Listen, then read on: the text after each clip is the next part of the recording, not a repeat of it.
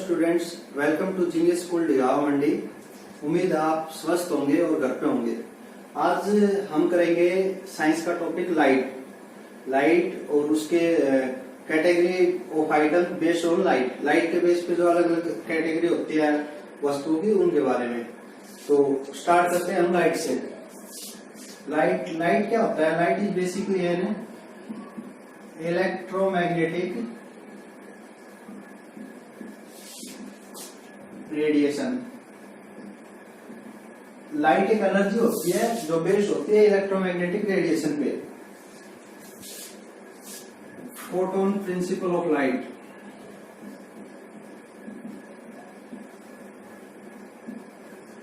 ये लाइट का एक मोस्ट कॉमन प्रिंसिपल सिद्धांत होता है जिसको बोलते हैं फोटोन प्रिंसिपल ऑफ लाइट। इसमें क्या होता है कि जो लाइट है ना, light travel in form of small packet known as photon।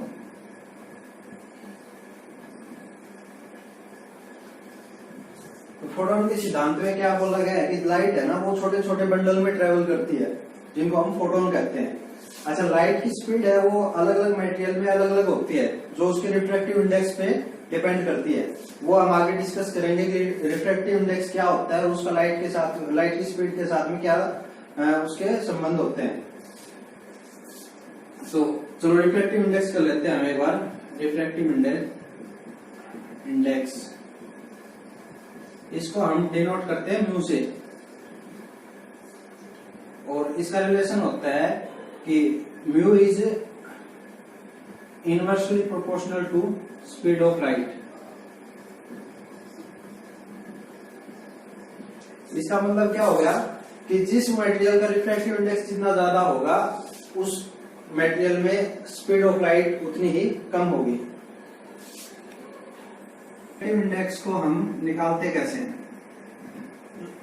Refractive index जो होता है ना म्यू, ये होता है speed of light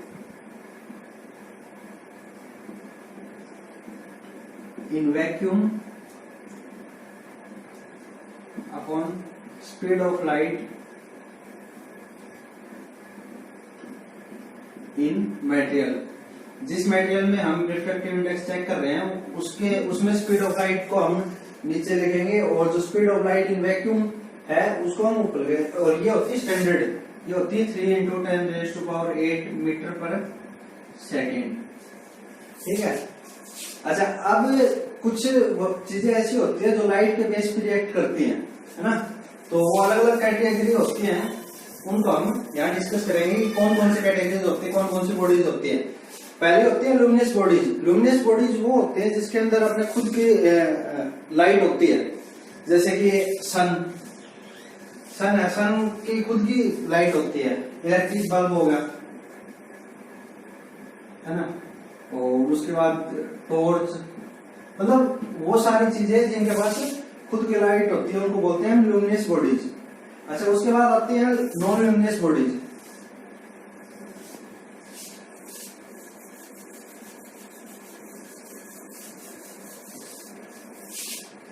non luminous bodies वो आइटम होते हैं जिनके अंदर खुद की लाइट नहीं होती, बट जब उनके ऊपर हम जैसे कोई एक्सटर्नल किसी चीज से लाइट डालते हैं तो वो दिखाई पड़ती हैं। जैसे अंधेरे में मेज होगी, कुर्सी होगी, वो अंधेरे में वैसे नहीं दिखाई देगी, बट उस पर अगर हम टॉर्च से या फिर किसी और चीज से उस पर लाइट डालेंगे तो वो हमें दिखाई देती है। तो यह होती है non luminous bodies.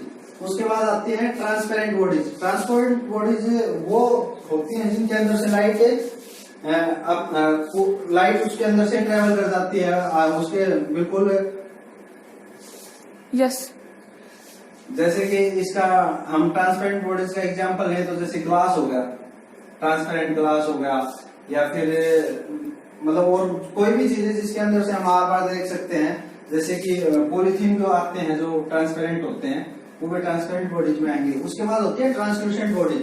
Translucent bodies क्या होते हैं? ट्रांसल्यूसेंट बॉडीज वो होती है जिसके अंदर से पूरा प्रकाश की किरणें पूरी ना गुजर के कुछ किरणें होती है जो उसके अंदर से पास हो जाती है और कुछ रह जाती है। जैसे कि तेल लगा हुआ कागज जो होता है, उसके अंदर से हम देख सकते हैं, पर धुंधला धुंधला दिखता है, वो बिल्कुल क्लियर नहीं दिखता। तो वो आ जाती है ट्रांसल्यूसेंट बॉडीज में। उसके बाद आती है ओब्ट्यूब light.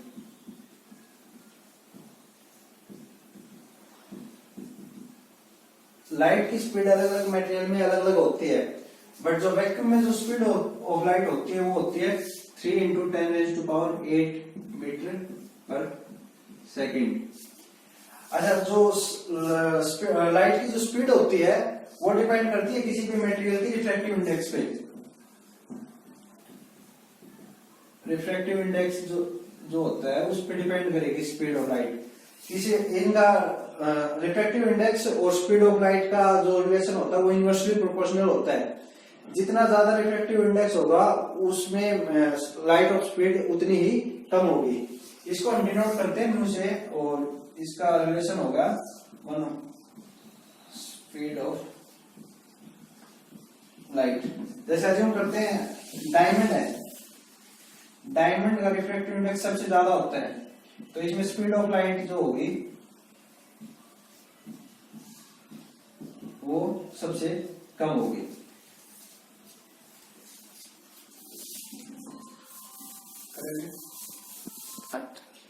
Category of item based on light. ये कुछ चीजें होती है जो लाइट के अकॉर्डिंग रिएक्ट करती है, जैसे कि लुमिनस बॉडीज। लुमिनस बॉडीज क्या होते हैं?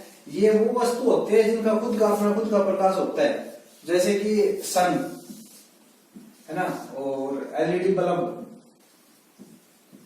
और कैंडल,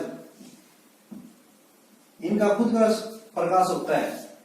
इसके बाद आती है नॉन लुमिनस बॉडीज। ये वो वस्तु होते हैं जिनका खुद का प्रकाश नहीं होता, बट जब इनके ऊपर हम कोई तो एक्सटर्नल लाइट डालते हैं तो ये विजिबल होते हैं। जैसे कि अंधेरे में मेज और कुर्सी है, वो हमें ऐसे तो दिखाई नहीं देगी, बट जब उससे हम टॉर्च से या फिर बल्ब से उस पर लाइट डालते हैं तो वो हमें दिखाई देती है। उसके बाद आ जाती है ट्रांसपेरेंट बॉडीज। ट्रांसपेरेंट बॉडीज वो होती है जैसे जिसके अंदर से है ना जो लाइट की रेज होते हैं वो उसके अंदर से पास कर जाए, ट्रेवल कर जाए। जैसे कि ग्लास हो गया, कांच है, उसके अंदर से लाइट की जो रेज है वो अंदर से उसके पास हो जाती है। उसके बाद आती है ट्रांसल्यूसेंट बॉडीज। ट्रांसल्यूसेंट बॉडीज ये वो होती हैं जैसे कि जिनमें प्रकाश की जो रेज है वो कुछ हद तक उनके अंदर से पास हो जाती है, कंप्लीटली पास नहीं होती।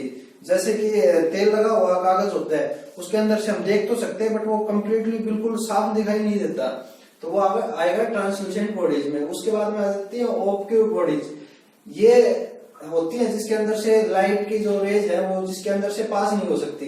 जैसे कि कोई भी मेटल लगा लो, प्लास्टिक, वुड, आयरन, इनके अंदर से पास नहीं होता, इनके आगे हम देख नहीं सकते, तो ये आगे ओब्ट्यूब bodies. Phenomena of lights.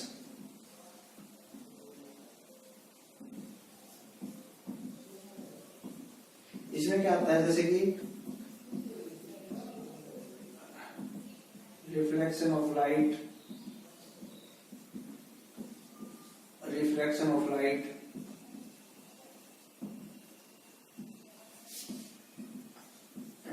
Scattering of light. अब हम इनको स्टार्ट करते हैं 1 बाय 1। जो रिफ्लेक्शन ऑफ लाइट होता है ना, इसको सिंपल सी भाषा में अगर देखा जाए तो जो कुछ भी हम देख रहे हैं ना वो सिर्फ हम रिफ्लेक्शन ऑफ लाइट की वजह से देख रहे हैं, क्योंकि जो लाइट की रेज आती है वो किसी चीज पे स्ट्राइक करेगी और उसके बाद जब रिफ्लेक्ट होकर हमारे आईज तक आती है ना तभी हम उसको देख पाते हैं। तो रिफ्लेक्शन ऑफ लाइट को डिस्कस कर लेते हैं हम एक बार।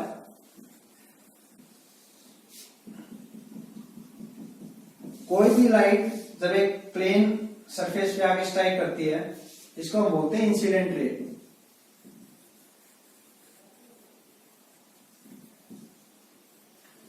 और ये हमने मान लिया एक नॉर्मल जो कि सरफेस के 90 डिग्री पे होता है।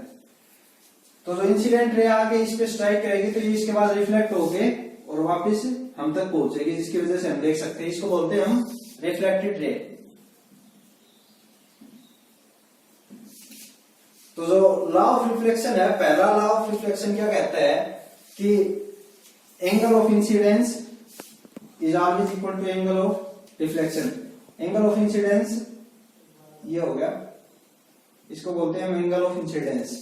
और ये जो सरफेस और रिफ्लेक्टेड रे के बीच में जो एंगल है इसको बोलते हैं हम एंगल ऑफ रिफ्लेक्शन। तो जो एंगल ऑफ इंसिडेंस होता है वो हमेशा एंगल ऑफ रिफ्लेक्शन के बराबर होता है। और इसका जो सेकंड लॉ होता है उसके अकॉर्डिंग कि incident ray, reflected ray and normal all lies in a same plane. जो हमारी इंसिडेंट रे, रिफ्लेक्टेड रे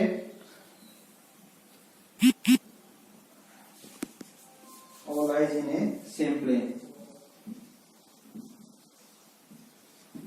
जो हमारी इंसिडेंट रे है, जो नॉर्मल है और जो रिफ्लेक्टेड रे है, ये तीनों एक ही मीडियम में रहेंगे।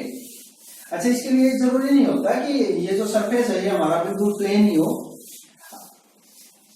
हम रफ सरफेस भी ले सकते हैं। इसमें भी जो लॉ ऑफ रिफ्लेक्शन है ना वो अप्लाई होगा। जैसे कि कोई भी रे है वो यहां स्ट्राइक करती है इस पोर्शन, इस पार्ट पे, तो ये हो गया हमारी इंसिडेंट रे। और इसके रिस्पेक्ट में जो 90 डिग्री नॉर्मल होगा वो हमारा होगा यहाँ, और ये फिर रिफ्लेक्ट होके और ये चली जाएगी। तो जो इंसिडेंट रे एक तो होती नहीं है। अब प्लेन सरफेस पे क्या होगा, जैसे दूसरी जो रिफ्लेक्ट इंसिडेंट रे आएगी और इसके बाद जब ये रिफ्लेक्ट होके वापस जाएगी, तो जो इंसिडेंट रे प्लेन सरफेस पे इंसिडेंट रे और रिफ्लेक्टेड रे आपस में पैरेलल होती है एक दूसरे के। बट जो रफ सरफेस होता है उसमें है ना ये कंपल्सरी नहीं होता। एंगल ऑफ इंसिडेंस और एंगल ऑफ रिफ्लेक्शन तो हमेशा बराबर होंगे, बट उसमें ये जरूरी नहीं होता कि सारी जो रिफ्लेक्टेड रेज या सारी जो इंसिडेंट रे है वो एक दूसरे के पैरेलल होंगे। सेकंड है रिफ्लेक्शन ऑफ लाइट।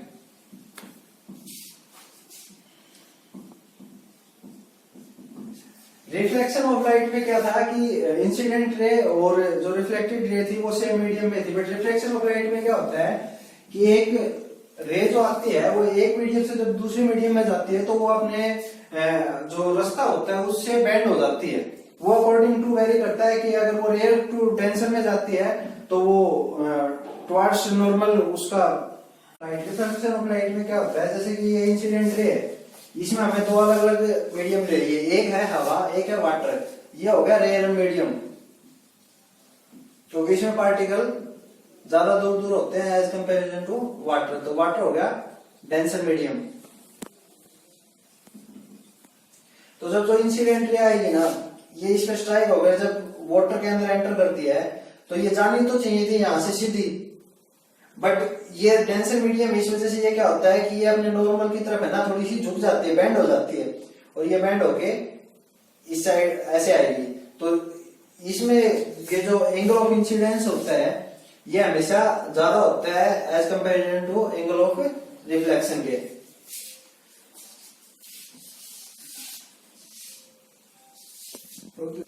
थर्ड है हमारा scattering of light.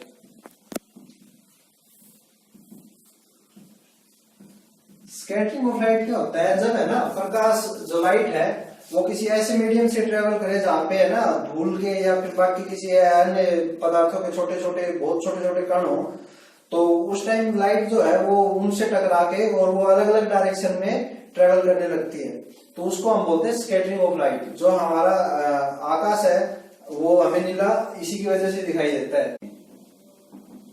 Reflection of light, और रिफ्लेक्शन ऑफ लाइट किस चीज पे होती है, जैसे कि प्लेन मिरर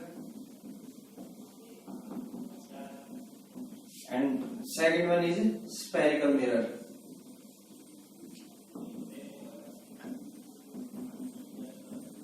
स्फेरिकल मिरर की भी दो टाइप होती हैं, one is concave mirror and the another one is convex mirror.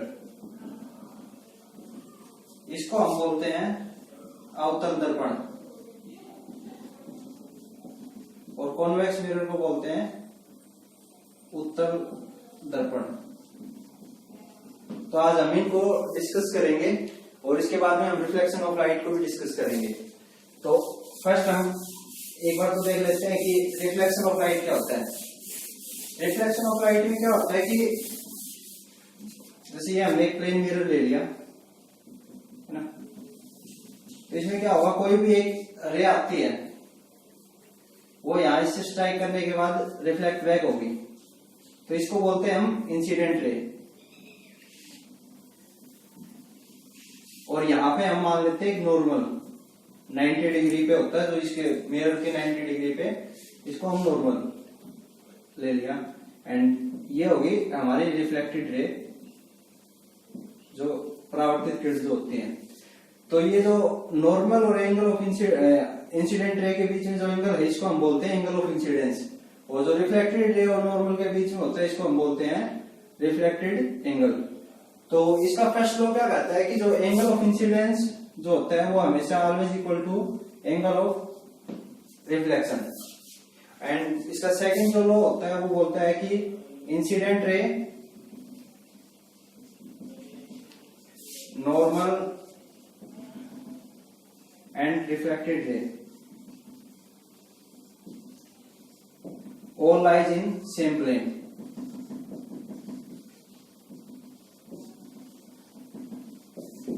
तो जो हमारी इंसिडेंट रे है और नॉर्मल है और रिफ्लेक्टेड रे है, ये तीनों एक ही प्लेन में होंगे, ये इसका लॉ होता है। सेकंड लॉ होता है कि जो इंसिडेंस एंगल आई या always equal to angle of reflection are.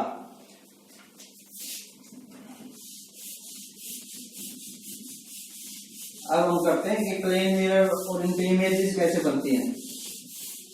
जैसे हम डेली यूजेज में शीशा देखते हैं ना, वो हमारा होता है प्लेन मिरर। जैसे ये हमने ले लिया यहाँ पे प्लेन मिरर। अब प्लेन मिरर है, इस पे इमेज कैसे बनेगी, क्या उसकी प्रॉपर्टीज होते हैं, उसके बारे में डिस्कस कर लेते हैं। तो जैसे ये हमने यहाँ पे कोई भी ऑब्जेक्ट रख दिया, ए बी कुछ भी मान लो, ए बी, तो जो प्लेन मिरर में जो इमेज बनेगी वो अब यहां से जो रेज जाएगी, जो प्रिंसिपल, इसको प्रिंसिपल एक्सिस बोलते हैं, प्रिंसिपल एक्सिस के जो भी पैरेलल रेज जाते हैं वो स्ट्राइक होने के बाद उसी रास्ते अपने वापस आ जाते हैं। जैसे ये यहां से गई और यहीं से वापस आ जाएगी ना। और सेकंड है, जैसे हमने कोई मान लेते हैं कि ये यहां से और ये,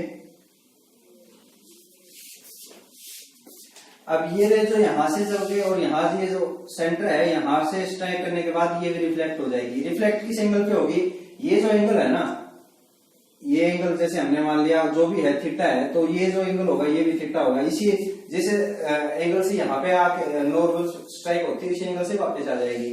अब एक रे हम यहाँ से निकालते हैं, ये यहां से आके इस पे स्ट्राइक होकर ये इस साइड रिफ्लेक्ट होगी। तो ये रे जैसे यहाँ आई थी इस साइड आ गई, एंड ये जो रे हमारी यहां से गई थी ये इस साइड रिफ्लेक्ट, ये रिफ्लेक्ट हो जाएगी। तो ये एंगल जैसे ये हमने मान लिया θ1, तो ये इसके इक्वल होगा।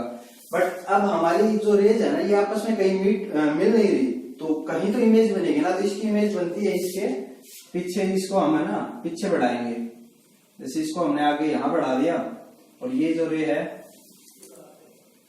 इसको हमने यहां बढ़ा दिया और इस रे को हम आगे ऐसे बढ़ा देंगे और इसको ऐसे बढ़ा देंगे। तो जो हमारी इमेज जो फॉर्म होगी वो होगी यहाँ पे a डैश b डैश। तो इस इमेज का जो करेक्टरिस्टिक्स है वो क्या होंगे, साइड सेम रहेगी। ये यहाँ पे जो ए बी लेंथ थी ये सेम रहेगी यहाँ पे, और ये जो डिस्टेंस थी ये भी सेम रहेगी। तो प्लेन मिरर में इमेज कैसी बनती है, प्लेन मिरर में इमेज हमेशा एक तो वर्चुअल बनेगी। वर्चुअल मतलब होता है आभासी, क्योंकि अगर ये रेज आपस में मीट होती तो ये रियल इमेज बनती, बट ये आपस में मीट नहीं हो रही, हम इसको एक्सपेंड कर रहे हैं तो वर्चुअल इमेज बनेगी। एंड ये सीधी है तो इरेक्ट इमेज बनेगी। इरेक्ट मतलब सीधा, सीधा आभासी। अच्छा, उसके बाद जो डिस्टेंस है ये यहां से बी से लेकर इसको ओ मान लेते हैं, बीओ है ये equal to O B dash. तो जितना ऑब्जेक्ट शीशे के सामने जितनी दूरी पे होगा इमेज उसके मिरर के अंदर उतनी ही दूरी पे दिखाई देगी। तीसरा इसमें क्या होता है, जो कि इसमें लैटरली इन्वर्टेड इमेज होती है। लैटरली इन्वर्टेड इमेज होती है, उसमें क्या होता है, जैसे हम शीशे के सामने खड़े होकर अपना राइट हैंड उठाते हैं ना, तो मिरर में हमें हमारा लेफ्ट हैंड दिखाई देता है, तो उसको हम बोलते हैं लैटरली इन्वर्टेड पार्श्व परिवर्तित। अब हम डिस्कस करते हैं स्फेरिकल मिरर।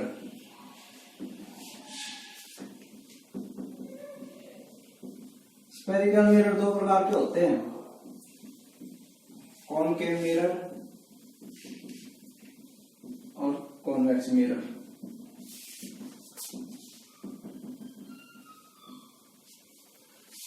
स्फेरिकल मिरर को बोलते हैं गोलीय दर्पण और इसको बोलते हैं हम अवतल दर्पण। कॉन्वेक्स मिरर हो गया हमारा उत्तल दर्पण। तो पहले तो हम इनमें डिफरेंस देख लेते हैं क्या क्या होते हैं। जो पहले तो हम जो कॉनकेव मिरर हमारा अवतल दर्पण होता है उसमें क्या होता है, उसका जो रिफ्लेक्टिंग सरफेस होता है ना, रिफ्लेक्टिंग सरफेस जैसे ये हमने बना दिया, ये हमेशा जो इसका सेंटर ऑफ कर्वेचर होता है, जैसे कि ये एक सर्कल है, इस सर्कल को जैसे हम आगे बढ़ाते हैं, जैसे कि हम इस सर्कल को आगे बढ़ाएंगे है ना, ये सर्कल को हमने ऐसे आगे बढ़ा दिया तो ये यहाँ पे इसका सेंटर ऑफ कर्वेचर हो गया।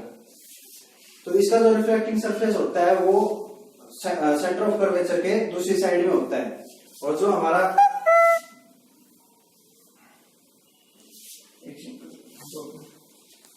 कॉन्वेक्स मिरर होता है, इसका रिफ्लेक्टिंग सरफेस ऐसे होगा, सेंटर ऑफ कर्वेचर के अंदर की साइड। जैसे इस सर्कल को हम कंप्लीट करेंगे तो ये हमारा हो गया सेंटर ऑफ कर्वेचर। तो इसका रिफ्लेक्टिंग सरफेस अंदर की साइड होता है। दूसरा डिफरेंस क्या होता है, जो कॉनकेव मिरर वो होता है इसको हम बोलते हैं कन्वर्जिंग मिरर।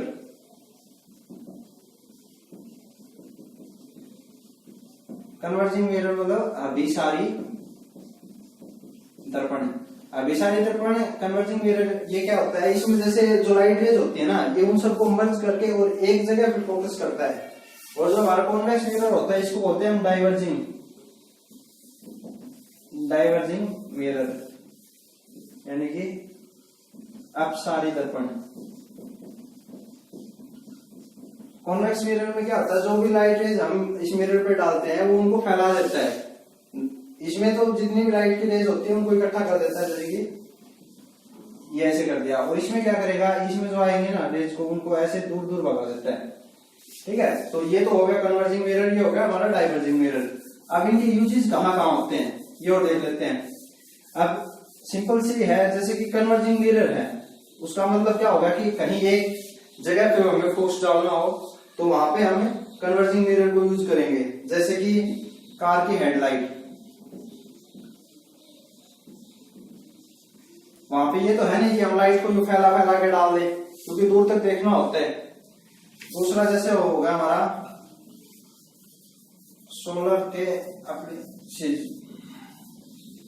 जैसे सोलर कुकर है, सोलर कुकर काम कैसे करता है, जैसे कि सोलर प्लेट है, उसके ऊपर जो रेज आएंगी ना, सन की जो लाइट आती है, तो उनको कन्वर्ट करके और वो एक जो उसका कुकर है उसके अंदर उसको है ना सारियों को कन्वर्ट करके इकट्ठा एक जगह पे डालता है, जिससे कि वहां पे हीट जनरेट होती है। अच्छा, तीसरा ये यूज कहाँ करते हैं, ये जैसे यूज हो गया ENT डॉक्टर जो होते हैं, ENT डॉक्टर इसको यूज करते हैं।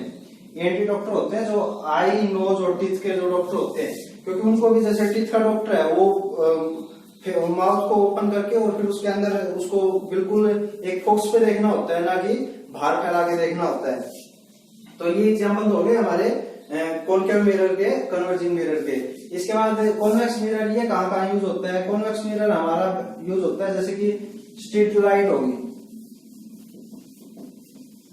है ना। अब स्ट्रीट लाइट है, स्ट्रीट लाइट में ये तो है नहीं कि हमें कोई एक प्रॉपर जगह पे फोकस करके हमें है ना उसपे लाइट रखनी है, उसको तो लाइट को हमें चारों तरफ फैलाना होता है ताकि कि सारी चीजें अच्छे से दिख जाएं।